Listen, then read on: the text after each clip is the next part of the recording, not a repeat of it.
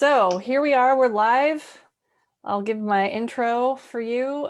Here's what I know about you. You're Joshua Sprague, you're a best-selling author. So you've published books yourself, but you've also hmm ghostwritten for other authors. And I'm assuming that you kind of developed your own process, took that success and decided to package it up to help lots of other entrepreneurs publish books. Is that kind of how it came Yeah. about, or how did you move from author to like offer owner? Yeah, it's a really good question. So I originally I had the idea of writing my first book back in like 2012. I was kind of doing some behind the scenes marketing with another business that I had, like a first online business that, had moderate success, not enough to live off of, but like, made some money here and there. But I Yeah. wanted to kind of branch out and like put my face on my own brand and position myself as more of like an authority. And Yeah. so it's like, okay, well, what's the most timeless way to do that? What's the best way possible to do that? And it's not going to change no matter how many social media platforms pop up or disappear. It's going to last for the next hundreds or several hundred years. It's always to have a book, and nothing changes with that. So I was like, Yeah. okay, I'm going to write a book.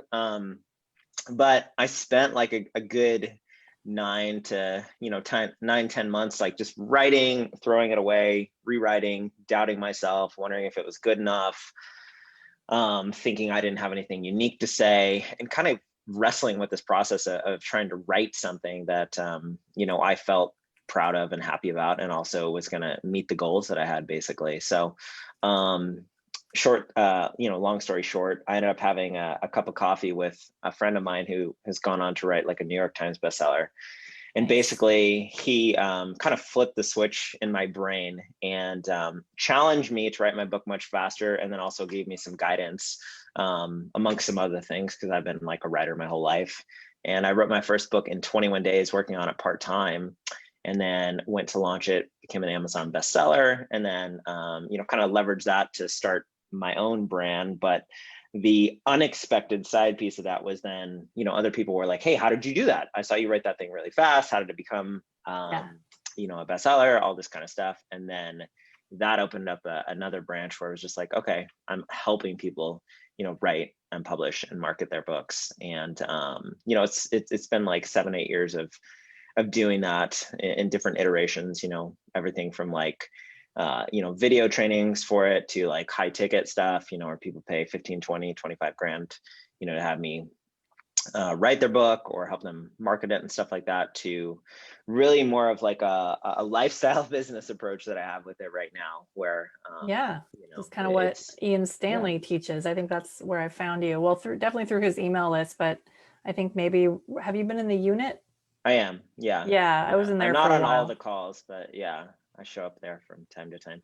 Yeah. So So I think I became aware of you there. But yeah, I mean, that's awesome too. He's promoting you. So it's kind of like that's a great jump up. It's a yeah, for great way sure. to expose your products to more people because he's definitely got a successful list. Yeah, for sure. No, he's a good dude. Really good dude. I've learned a ton from him about email copywriting. That's for sure.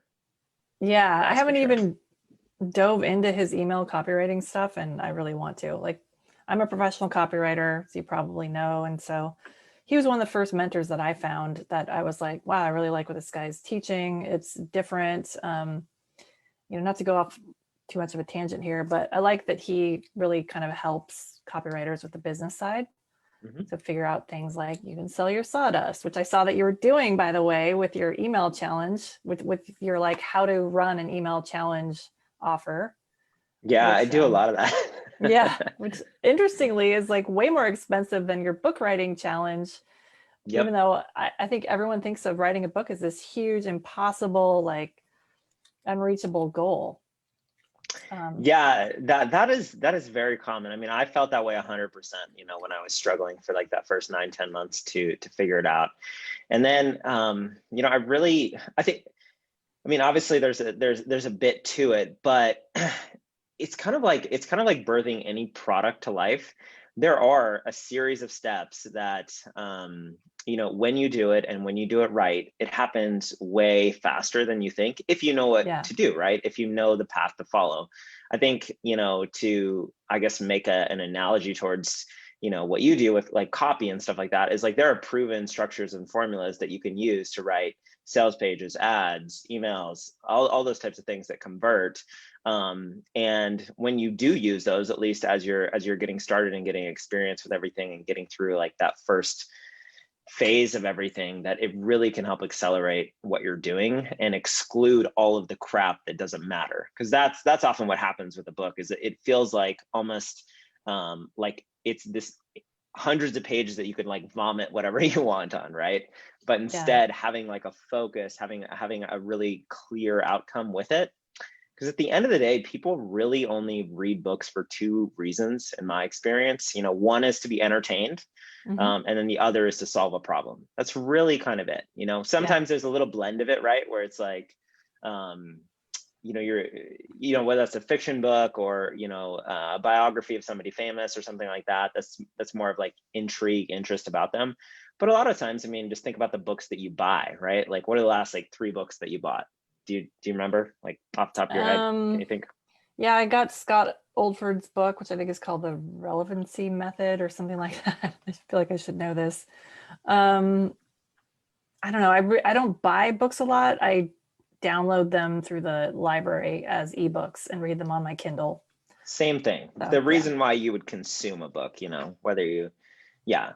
But I mean, even with that, like relevancy, it's more like, okay, cool. How do I use that to make my brand more relevant, or to make my business more relevant, or to make my copy services more relevant to the right types of people? So there's always like I think what happens a lot is like people, you have so much that you want to share about your life experience because people have told you should write a book or you should do this or that, but you've always got to connect the dot between like, okay, who's that individual person that's reading what you're talking about, and why are they reading it in the first place? And once you identify that, it can streamline the process a lot. Yeah, that's awesome. Because I mean, I jumped in with your challenge, even though I don't feel completely ready to write a book, which I'm sure is common. And the reason for that is it's like, well, what's the obvious thing I'd write a book about? Copywriting, because that's my business and that's what I'd like to be seen as an authority in the field on, but I don't really have my own proprietary method yet. But then I realized like, I don't have to, like that'll come later as I get more and more advanced, but what I could write about now, which I'm already helping people do with this group. And like I do live copy remixes and I'm a copy chief in some other people's programs. So I critique people's copy, is like, I know how to teach entrepreneurs who don't necessarily want to be copywriters, how to write sales copy. So they don't have to outsource it. So they can like break it down and just to the fundamentals and like the buyer psychology and those types of things. So that's where you should start. Yeah. Yeah. I think the thing is, we all undervalue like what we know, right? Yeah. We look at other people and we go like, oh my God, they're so great, they know this and that. But the reality is like, if you look at your life 6 months ago, a year ago, 2 years ago, 5 years ago, there was a moment where you were struggling clearly with something. And even though you might not have like solved that, you're not a gazillionaire or whatever it is, right? It's like you've still made the jump from here to here. You're getting clients, or, you've hit this certain threshold. And we undervalue naturally what we've done, but you don't have to write like the principal book on copywriting that is, last and like outshines like, I don't know, Dan Kennedy's books or something like that, right? Yeah. Or Eugene Schwartz or whatever his name is. I'm not like a gnarly copywriting person, but yeah, there's just so much of it that has to do with like, enough right now. And if you truly feel like you don't know enough, then one of the things that I did, like with my first book, was I was struggling with that, right? So I was like, okay, cool. I have some things that I want to share, because my first book is called Smash, and it's really about productivity for home-based entrepreneurs, really, for information marketers. Huge need for that. Yeah, totally, right? And it's one of those things I'm really big on. Just like the whole idea of like working less and making more. And but there were parts of me at the time where I was kind of like doubting myself around it. So I interviewed some different experts, right? I interviewed Lewis Howes, Neil Patel, Jody Jealous, like some other people that are they're much bigger now. But at the So time, they weren't so big then? Yeah, because I was they gonna were say big. like, They were big, but not as yeah, big as now. getting Instagram hadn't loose. really happened Oh, yet.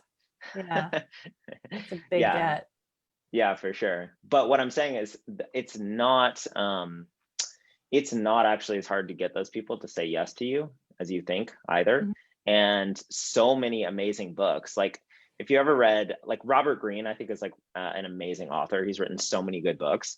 Basically, all of his books are like either research of famous people or he's interviewed a bunch of famous people. Like that's it. He's Interesting. written Yeah. like tons of New York Times bestsellers, right? And what he's done is he's leveraged that credibility. So Is he the you can, laws of power guy or the laws of yeah, yep, seduction? yep, Yeah. all those books, 48 Laws Yeah. of Power, Mastery, all those kind of things. So Yeah. good, really, really good reads.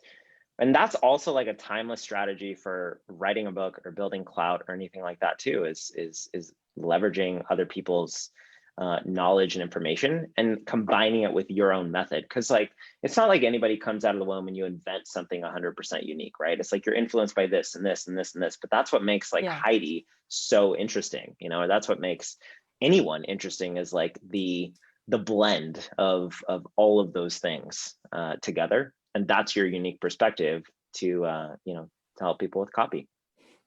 That's so awesome. I feel so like pumped up and validated now because like I'm doing your challenge now and I just got validation from you directly that my book idea is like the right one I should be working on and makes sense for where I'm at now.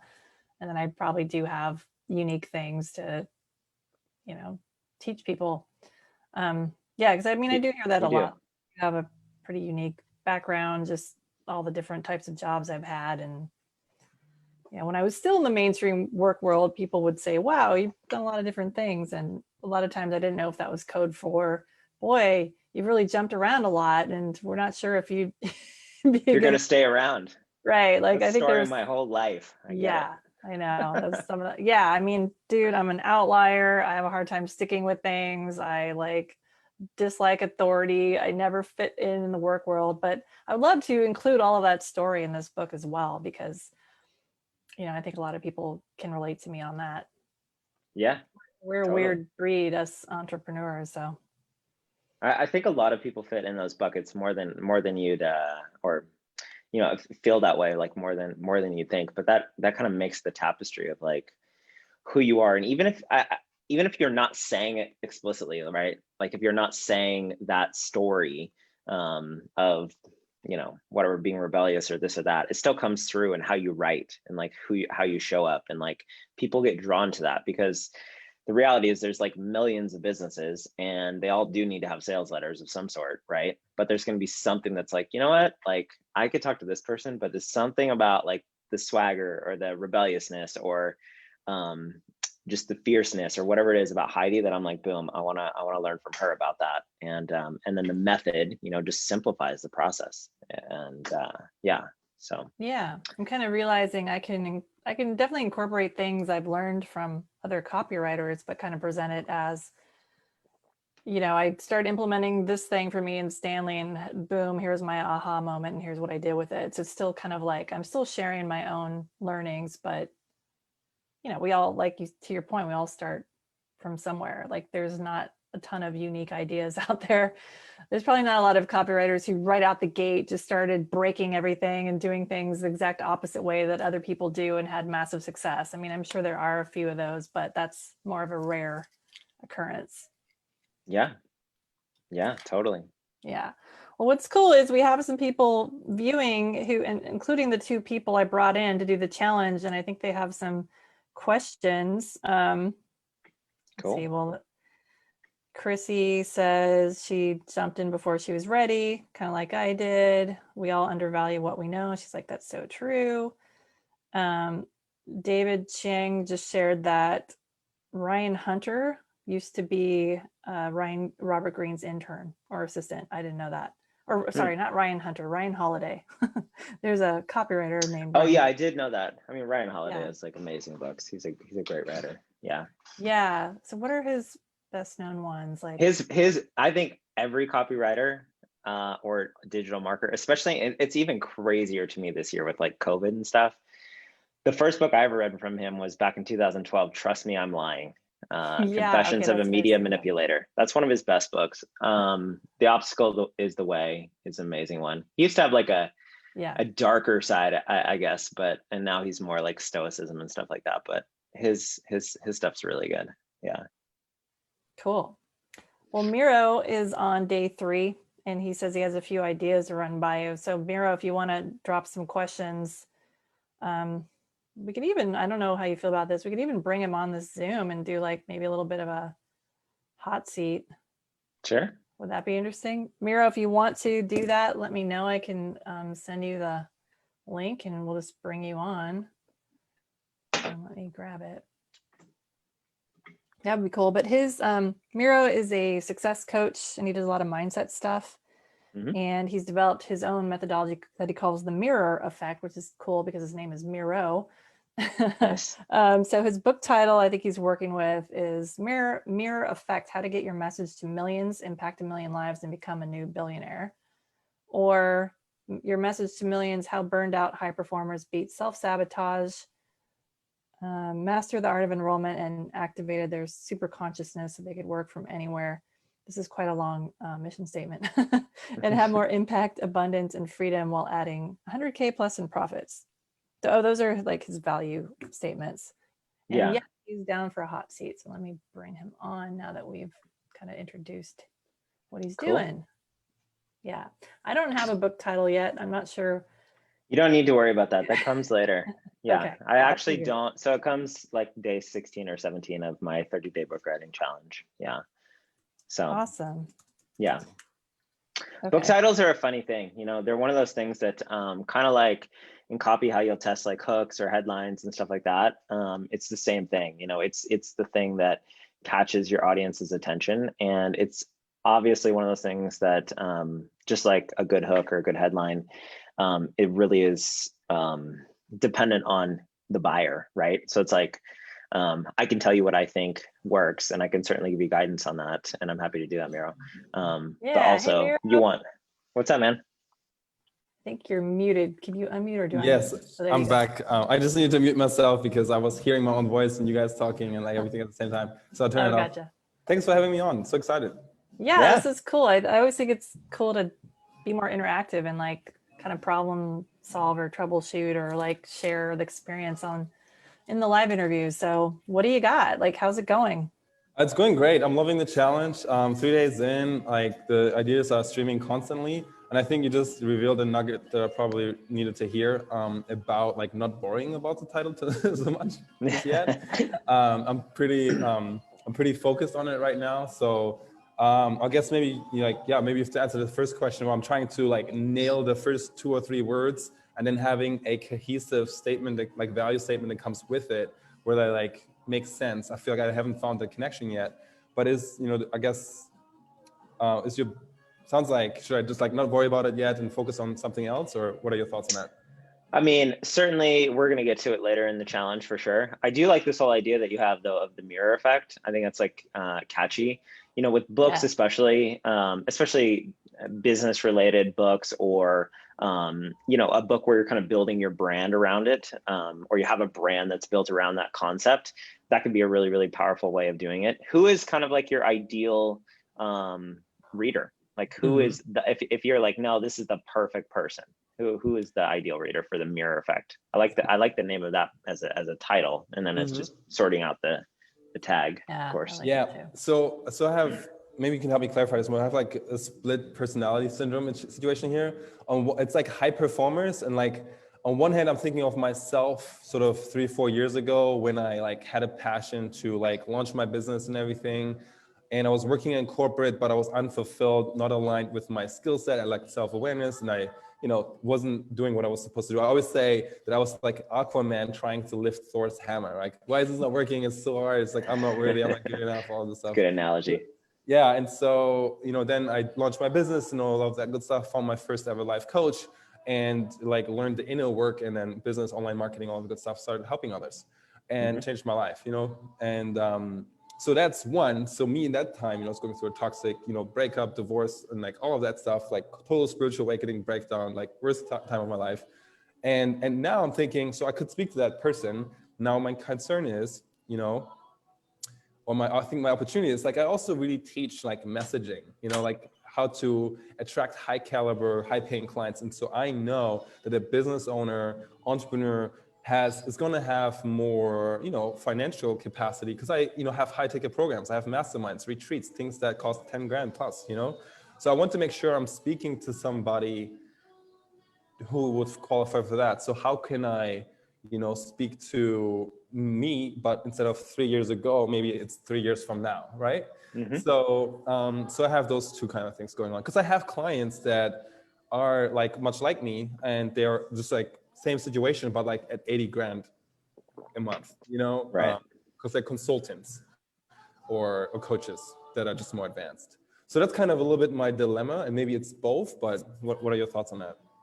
Well, so one of the things you always want to look at is like, what's the outcome, right? So what is the, like, at the end of the day, whether it's the book or a product that you do, like, what is the tangible result and outcome that they're going to get, right? So with the mirror effect, if I come to you and I say, hey, teach me the mirror effect, what happens to me? So it's twofold. On one hand is we're working on the inner work, the confidence, getting the clarity on who you're meant to serve, what you're supposed to do here, like your purpose in life, where you get in alignment with it. So you realize you're Aquaman and you're supposed to be in the ocean, have a trident and like rule the ocean, you know? And so that's the one part of it. And the other side is the getting clear on your avatar, right? Like who you're meant to serve in your business side of things, so that you start creating a resonance and being able to grow your business basically in a way that feels aligned and authentic, as opposed to following somebody else's cookie cutter system that doesn't work. And so that's why people work with me one-on-one, because they get the custom and they get their own framework for success, where everyone else has their, you know, signature system for success, and you can do all of these strategies. But I work with people to figure out who they actually are and create a custom strategy for them. And so that, right, they break the, you know, revenue thresholds is oftentimes what they're focused on. Break the 10K month or the 100K month, one of those. Right. Okay. So yeah, to me, so you can have like multiple people that fit underneath the bucket. And I think that from what I'm hearing you say, it sounds like high performers, corporate, you know, like, I think high performers is a good word for it. High performers or business owners or entrepreneurs. It's kind of like for me with like helping people write a book, you know, it's like I'll help people that are speakers, coaches, authors, online business owners. You know, there's like a pool of people, but the desire is the same, right? The desire is, okay, I want to write a book. I want to share my message, and I want to use that message to make more money, impact more people, right? So whether they're coming to you as somebody who's like, I'm so sick and tired of the corporate world, I need to do something that is completely like, you know, I need to build a business that is aligned with my soul and also helps me hit these numbers. Cool. The same method applies to a business owner who's like, hey, I've got a business, I'm making money, but like, I hate what I'm doing. I'm doing what everybody else is telling me to do. But I want to feel like I'm on purpose. I'm in passion with this, and I'm on fire with it. Right. The people are coming at the same outcome that they want. They're just starting from a slightly different place. So I like for a that. book, which is beautiful, you know, you can kind of go deeper into that. You could spin off too and create separate courses for those two types of people, because obviously somebody who already has a business is going to be in a slightly different place than somebody who's like, hey, how do I make the jump from corporate to doing this? But the desire is still the same. So yeah, I would, with this specifically, I would focus on more of that language around it, like helping high performers and entrepreneurs get ... right? What came through as you were saying is like helping high performers and business owners launch soul-aligned, profitable businesses online. Yes, something like that. Yeah. I mean, a business owner wouldn't launch it though, is the only thing. A business owner wouldn't launch because they've already done it. But how about scale? Build, you could say build, you know, build, scale. Yeah. Cool. Create. So, create is a good one too. So soul-aligned, profitable business owners, help high performers and consulting, like high performers, coaches, consultants, leaders, healers, speakers, create soul-aligned, profitable businesses online. Yeah, I would condense it a little bit. You play around with the words a little bit more, and then throw in some sexy copy words like you know, the secret method too, or, you know, I'll let Heidi jump in here because I know she's copywriting ninja. Yes, but, secret method, discover the yeah, reveal. Three-step formula or whatever. Yeah. I hate when I hate when people are like, attention. I'm like, fuck off. Yeah, like everything's competing for my attention right now. Yeah. Why should I pay attention to your thing? Yeah. Yeah. I like it. No, but this is, so I write a lot of copy too. And this is my 2 cents on this, is that one of the things that I feel like a lot of people don't really talk about is actually, and if I can be weird for a minute here, Heidi, I hope you don't care. We like weird. Miro. Yeah. Oh yeah. Miro has done like theta block removal for me. So Oh, sweet. I saw from your questionnaire you're into spirituality. So we could totally go there. We get Well, I weird. think, yeah. So like there's I don't know if anybody like talks about this kind of stuff, but like in one of my other programs, it's called Email Challenges to Sell, right? Which is where I basically teach people how to create their own product, like the 30-day book writing challenge, which is a challenge-based product delivered through email. There is a type of email that I teach that is called, I call it the higher self email, right? And what happens is oftentimes we get in our heads, right, where we're thinking about the right things to say to this prospect or the right formula to follow, or you're trying to follow, I don't know, Steph and Georgie's RMBC method or whatever that thing is called. And those are all really, really great things. But I think that there is also this access to like higher intelligence, where it's like, if your higher self is speaking to that person's higher self, no matter what the situation it is that they're in right now, all of a sudden, like your copy just bypasses those normal frameworks that you're speaking about, and you're just like connecting like really, really, really deeply with this person. And for me, one of the ways I do that is like, before I'm going to write it, I just like sit there and I think about this person, and I'm like, okay, what does this person need to hear? Like if I was speaking to them as like a best friend, like what would I say to them right now? Like they need to hear the truth, regardless of how uncomfortable that is, but I'm going to say it right now. And I'm going to say it from a place that's like, I actually care about you. Not like, oh, I'm going to say this to get something from you, but like, I really care about you. I think with this whole thing that you're talking about right now, it's like, you can write some really, really, really powerful marketing material around this whole Miro effect, like by speaking, from your like highest self, your purpose-driven Miro self, to this person's like, okay, I'm going to launch my business this way, or I'm going to change the course of my business this way. And it's going to be completely soul aligned, purpose aligned, all this kind of stuff. And it's a different conversation. People can feel it in the words. They can feel it when you say it. They pick up on it, I just totally received that activation. This is so cool. 100%. That's like powerful. I'm watching some magic happen right now. This is absolutely magic. Thank you for getting weird with me. Yeah, man. No, I appreciate you just being open to this, because I think it's just awesome, and I'm very excited about your book idea. So thanks, man. So specifically, I think that what's coming through, I'm speaking to an ENFP. Are you familiar with Myers-Briggs? Yeah. So like those are the people who are going to be speakers. Those are people who are going to have like some kind of ADD, like a million ideas. I think I'm uniquely designed to help this person navigate that territory, Because you're one of them. Exactly. Right? Yeah. Exactly. Awesome. So and you can test out if that works in your messaging or not, to be that specific. Sometimes you don't need to. Sometimes people will just pick up on it. It's like, it's funny for me. I attract actually quite a few people that are like spiritual healers, or like have some sort of just like openness to like, not just the like the black and white way of always doing everything. But I don't ever say anything about that. It's just like people pick up on it too, and I think that you'll probably find that as well, because cool. That helps. Sweet. Awesome. I like that. I can see a lot of coaches would be perfect for this challenge, because I mean, you all have some proprietary method you've created, whether you know it or not, that you're using to help your clients. And if you're able to articulate that, I mean, imagine how many more people you could bring in who want to work with exactly you.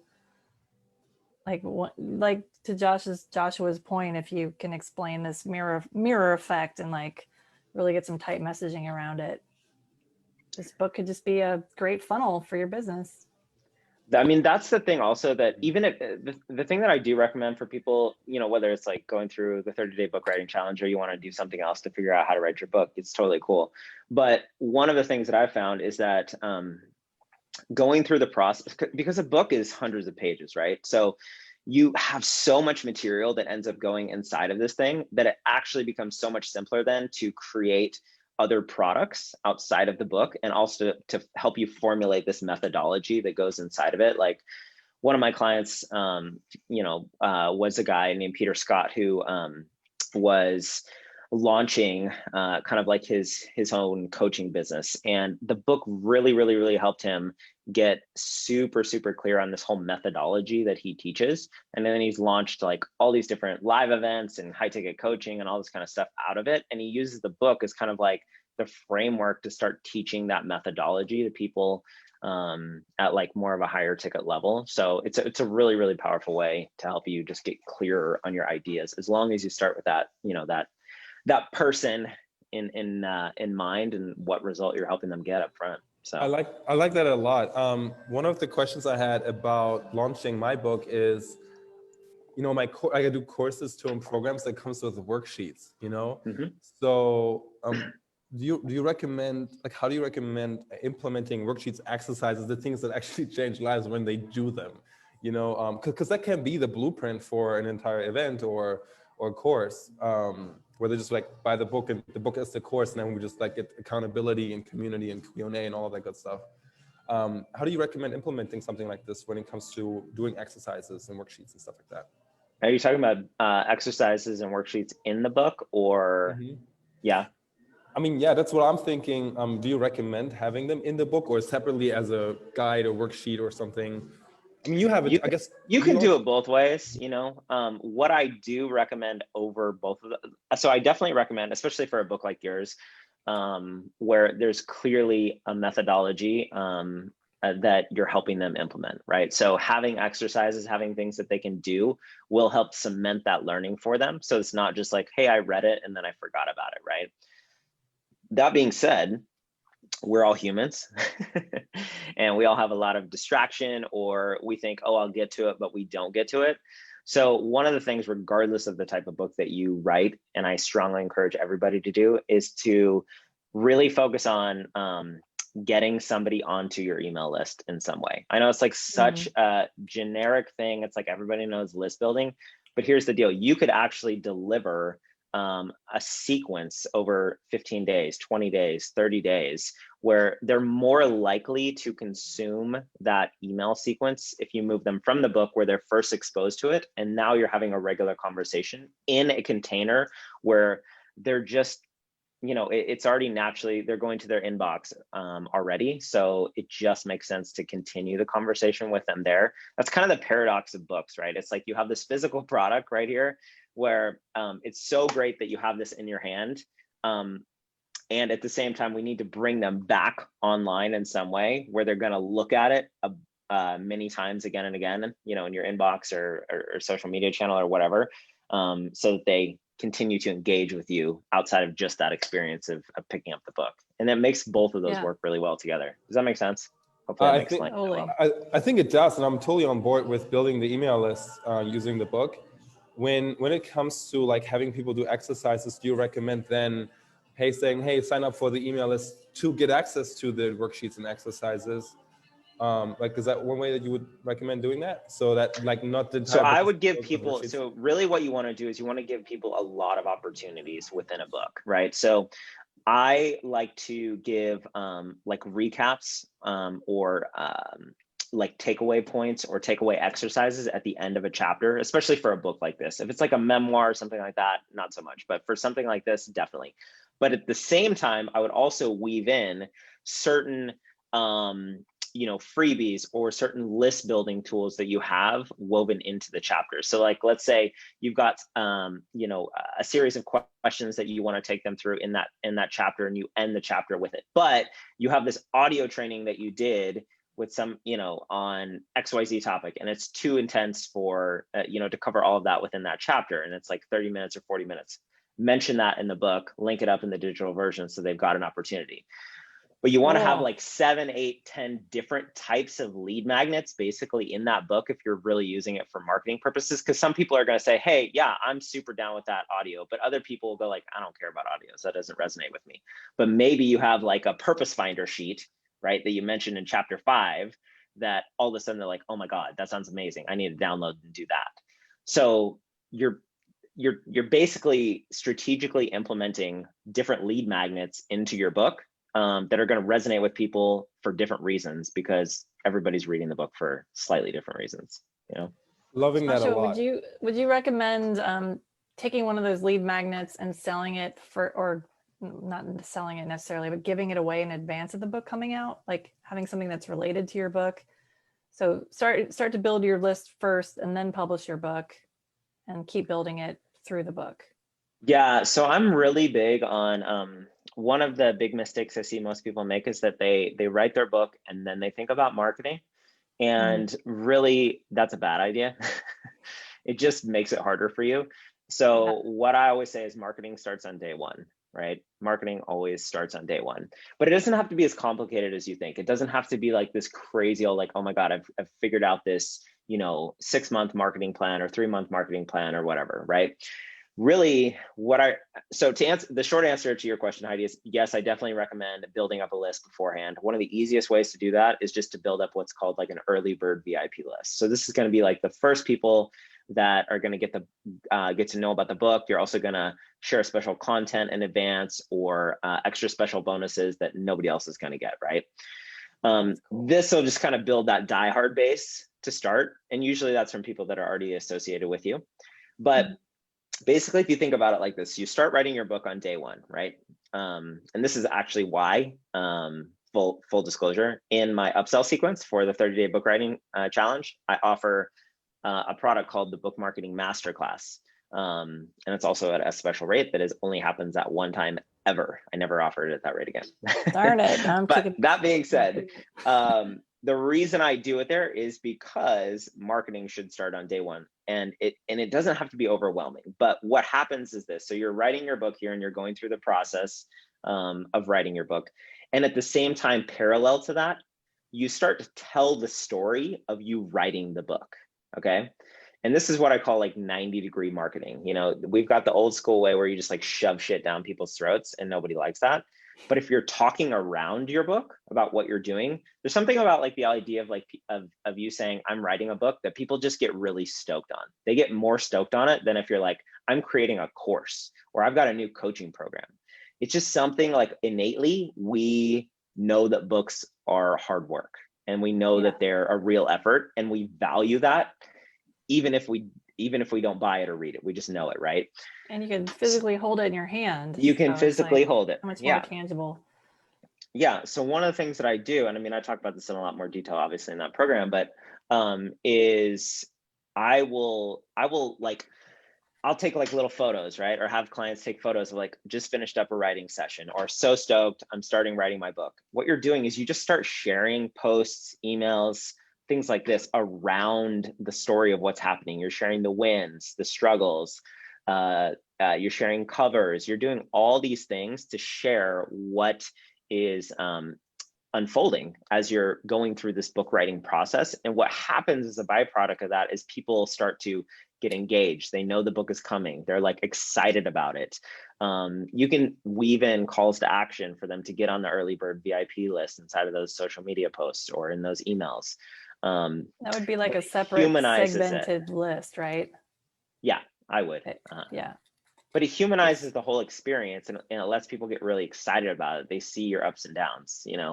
It's kind of like if you know a friend who is like overweight, and then all of a sudden you see a photo like 6 months later and they're like totally shredded. You're like, that's cool. But if they're telling you the whole way about, dude, this was so hard, I wanted to give up, everybody was drinking and I wanted to start drinking, like, and they tell you the whole journey, and then you see the before and after, you're like, dude, that person earned it.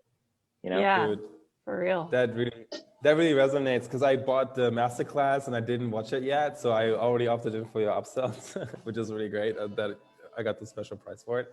So pumped to check that out. And that's what I've been doing, because I heard you say, and I have a question too that's regarding this.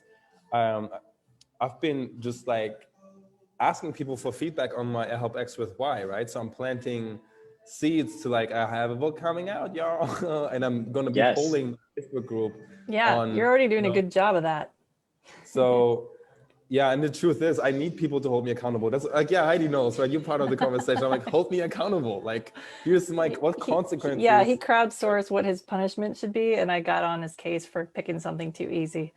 That's the kind of friend Heidi is, you know? Like, too easy, come on, you can make it hurt more.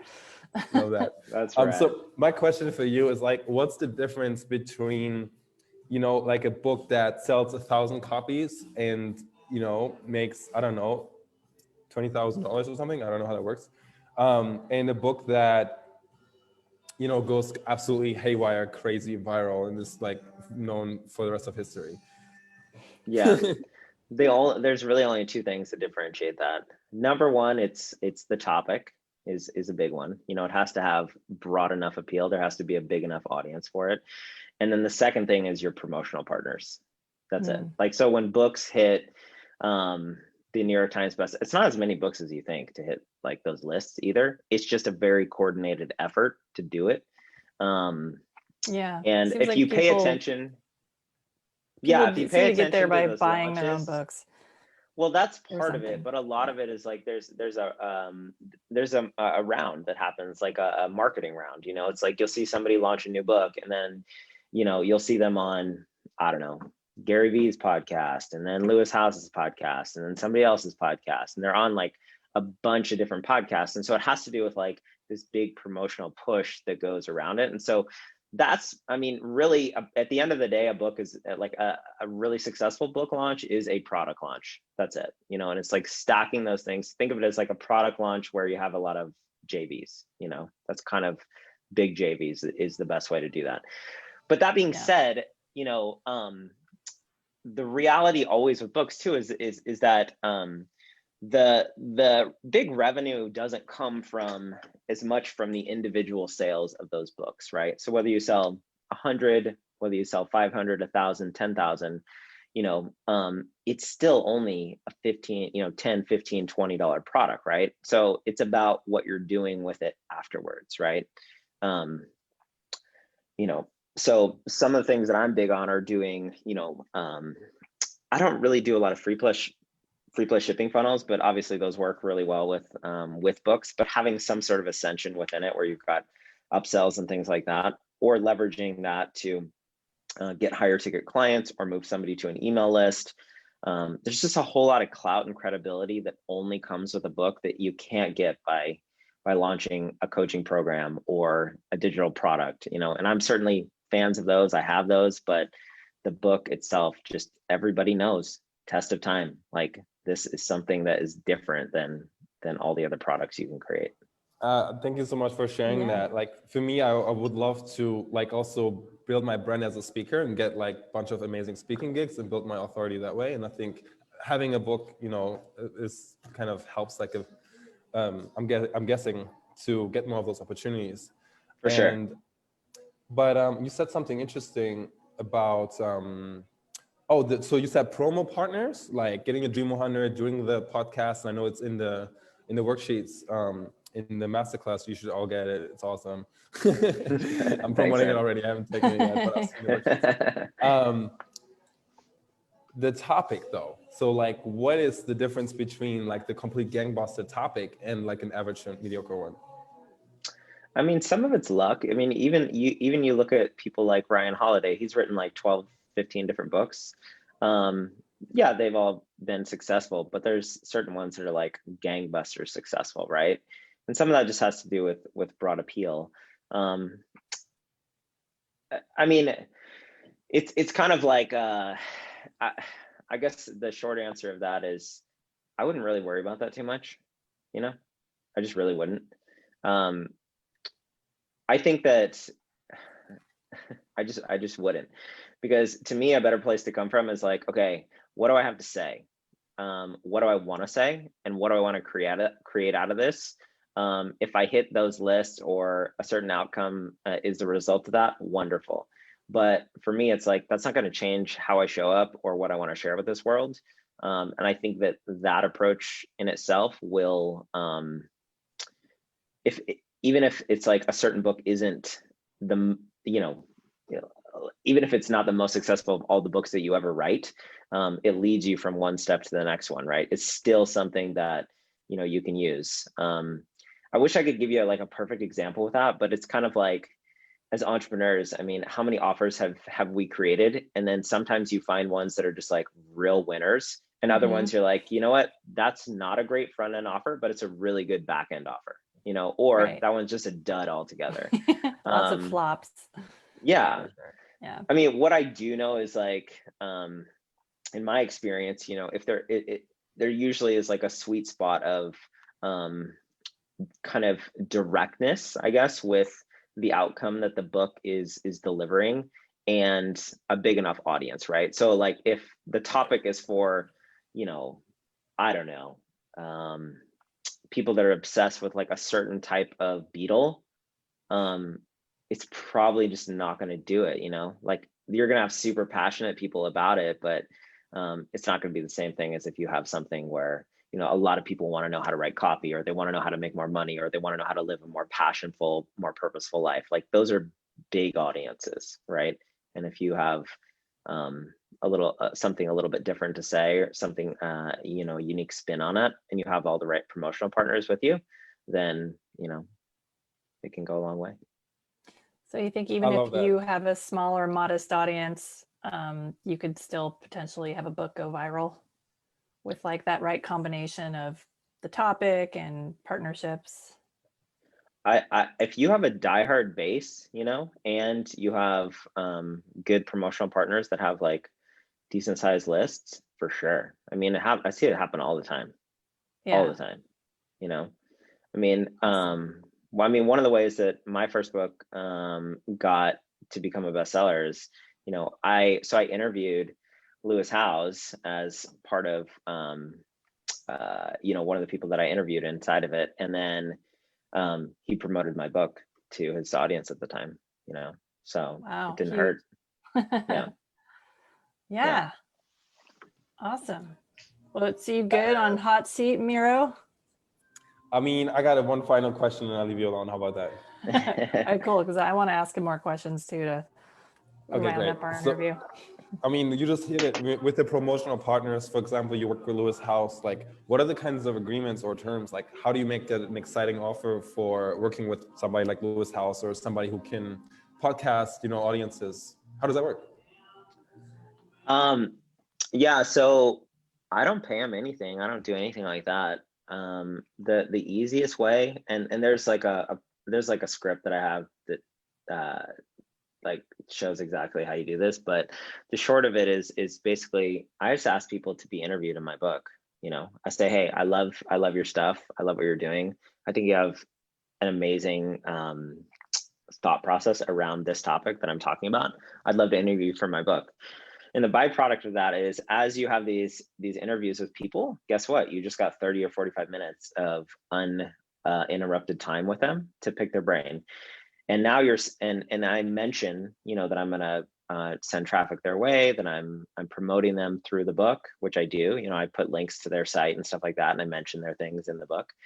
And so, I mean, that's the incentive. It's kind of the same thing as hopping on a podcast or a show like this. It's like, hey, more exposure, right, for my brand, and then adding value to you guys, and vice versa, right? So it's really a similar thing.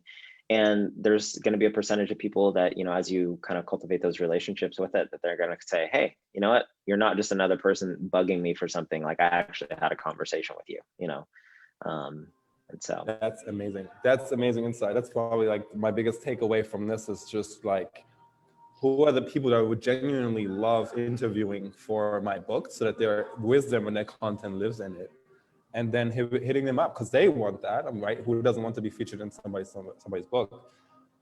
And turning too. I'm thinking of all the copywriters I need to interview for my book. It's a really good way to add to what you're doing. Yeah. Love that so much. I'm going to hop off the hot seat. Super appreciate the opportunity. Yeah, Thank you, man. Heidi. Yeah, thanks for coming on. It's just by the challenge, everyone. Even better. I will drop a link to the challenge for sure. We're both in it. Like, we can attest to it. It's good stuff. And we're going to have books in 30 days. So that's amazing. All right, cool. Well, we got about 7 minutes left, and I know you have Halloween type duty with your daughter, or you got something going on. Yep. I've got a 4-year-old waiting for me too, but I would like to at least touch on some of your thoughts about creating freedom, you know, the kind of the more lifestyle design, and how how did you go from like being a paid ghostwriter to like creating these products that I'm sure are doing way more for you potentially than those one-off gigs would, because they make a lot more. you have to keep hustling to get those. I know, because I'm still stuck in kind of the trading dollars for hours model. So like, how did you kind of get into that, or how did you discover that like, oh, there's a different way here that I can make money selling my expertise? I mean, I think that I feel like there's a cycle for a lot of people. It happened for me certainly, where, you know, I first started teaching people how to write books in like a $500 program. And then, you know, I had a conversation with a guy that I met through a mastermind that I was in, and he was like, you know, you should 10x the prices on these. You should charge way more. And I was like, holy crap, what are you talking about? I can't charge that much. And I went through all my money belief bullshit and started charging, you know, 5,000, 10,000, 20 plus thousand. But then I got to that phase where it's like, okay, this is cool. Like you're selling a lot and you're making good money with it, but you're essentially trading your time for dollars still. You know, it's like you have a good living, but you have to deliver these things all the time, right? And it felt kind of hypocritical to what I had written my book about too, in a way. And I mean, I've had a lot of different businesses. Maximizing your time. Yeah, exactly. You know, like I was creating things that weren't creating more of what I wanted, you know? And I think part of it starts with just being honest with yourself about that. And, you know, some of it's trial and error for sure. There's certainly plenty of that goes into it. But I think what for me has been important is just getting clear on like what I like to do and what I don't like to do. And then just doing those things. Like, so I'll give you a really good example of this. So I kind of took a break from book writing for like maybe a year back in like 2016, half of 2016, 2017, because I was just kind of burnt out from like the dealing with like the higher ticket client stuff. It was just like time consuming and ghostwriting and all that kind of stuff. And I was like, I just don't really want to do this, you know, right now. So I kind of went over and I joined the e-commerce world for a little bit, launched an e-commerce company, you know, that did like, couple $1 million. I didn't like the business. It was very annoying dealing with inventory and all these things. But what I got out of it was I learned how to run ads really well, like on Facebook. Okay. Nice. And so oftentimes I think what happens is you follow the rabbit holes that lead you to the next thing so that eventually you can turn around and connect the dots. That's what happened for me. So then I came back, I got sick of it over there, but now I had this like, repertoire basically of like knowing how to advertise properly for an offer. And then I combine that, repackage kind of everything with what I've done with you know, book writing and the 30-day book writing challenge. And now it's something where truthfully my business is very simple. I run ads, I write emails, and then I create new offers. That's the entire thing. I don't do anything anymore like posting on Instagram or Facebook. I've had Facebook groups. I don't do them. It's not knocking them by any means, you know, do what you like is what I'm saying. Like do the things that feel good to you. And then, it's just, that's what I do now. And so I think that for anybody who's thinking about that, it's more like, okay, well, what are the things I just love to do? Like I love to write. I love to write long form things. I love to write emails. I like making offers. I like teaching like trainings on Zoom and stuff like that. But I don't want to have to create like 47 YouTube videos. I don't want to be posting on Instagram every day. I don't want to figure out what needs to go in this damn story. Like I don't want to do it, you know, and I want stuff that works for me while I'm doing the other things.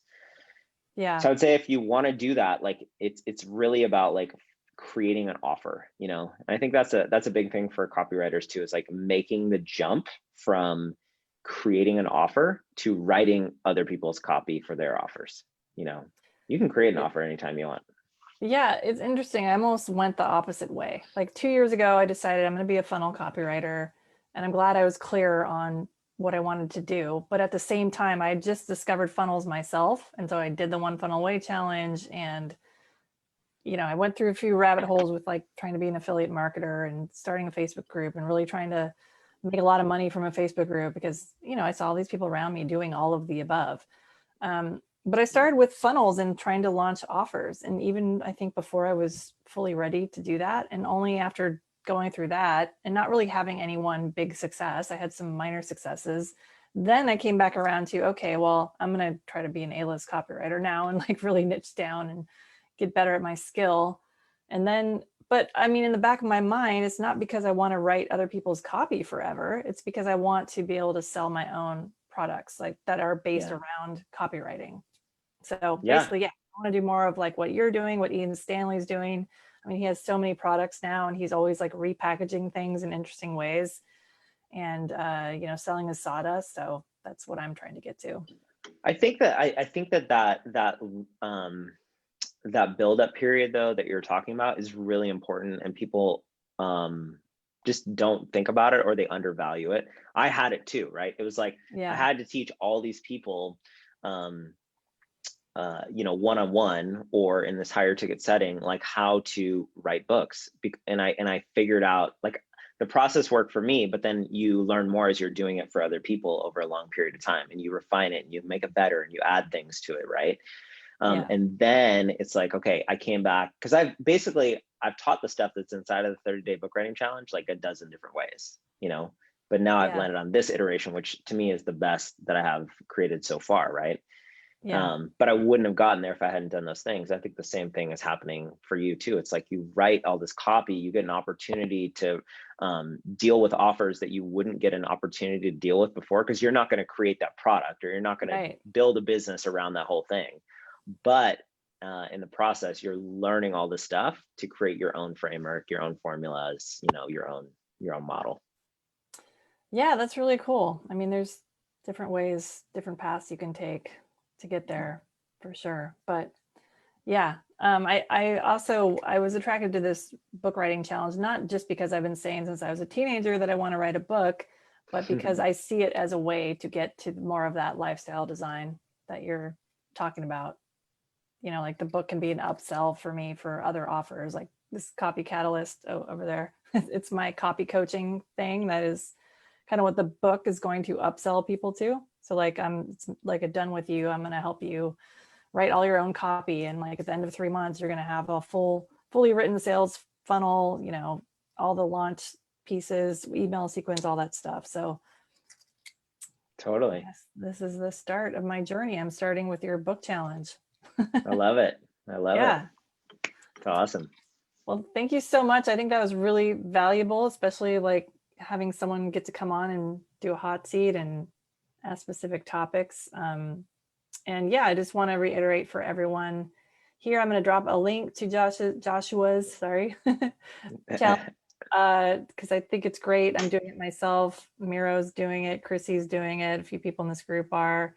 Love to get more people on board. Yeah, if you want to write a book, you want to establish yourself as an authority in your field, an expert, an influencer, and maybe like create your own products more, and starting with a book, I think this is a great way to do it. So I will drop the link. And yeah, it's been super fun. It's been super fun. I appreciate you inviting me on. Yeah, awesome. Thanks for coming. I just relaunched this group.